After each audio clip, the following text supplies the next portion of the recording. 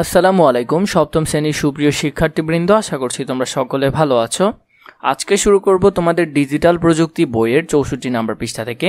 আমরা এই ছকটি পূরণ করব। চলো শুরু করি। তবে আমরা এখন থেকে যে কোনো সমস্যা নিয়ে কাজ করার সময় সেটি এই 5 দিকের ওপর নির্ভরশীল কিনা সেটি যাচাই করে নেব, তাহলে সমাধান করতেও সুবিধা হবে। এবারে একটি কাজ করি, নতুন একটি সমস্যা নিয়ে ভাবি। ধরি নতুন একটি অপরিচিত জায়গায় আমরা ঘুরতে যাব। এই ক্ষেত্রে কোন কোন দিকের আমাদের নির্ভরশীলতা কাজ করবে আর সেই দিকগুলো ঠিক কী রকম নির্ভরশীলতা আসবে সেটি নিচের ছকে লিখে ফেলি। সমস্যার নাম অপরিচিত নতুন জায়গায় ঘুরতে যাওয়া।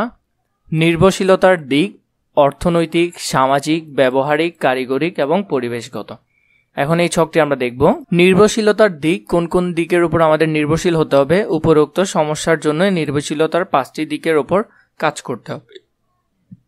প্রথমটি হলো অর্থনৈতিক। অপরিচিত নতুন জায়গায় ঘুরতে যাওয়ার আগে অবশ্যই অর্থনৈতিক দিকটি চিন্তা করতে হবে, কারণ অপরিচিত জায়গায় কেমন খরচ হবে তা আমরা জানি না। সামাজিক দিক, অপরিচিত নতুন জায়গায় ঘুরতে যাওয়ার জন্য ঘোরার সামাজিক অবস্থা আছে এমন জায়গায় যেতে হবে, যেখানে গেলে সমাজের মানুষের সমস্যা হবে এমন জায়গায় যাওয়া যাবে না। ব্যবহারিক দিক, অপরিচিত নতুন জায়গায় ঘুরতে যাওয়ার আগে আমাদের চিন্তা করতে হবে সেখানে গিয়ে আমরা ঘুরব, কি খাবো, কোথায় থাকবো ইত্যাদি। কারিগরিক দিক, অপরিচিত নতুন জায়গায় যাওয়ার পর সেখানে কি কি দর্শনীয় স্থান দেখছি তা আমার ছোট ডায়েরিতে লিখে রাখব, যাতে করে বুঝতে পারি আর কি কি দেখা বাকি আছে।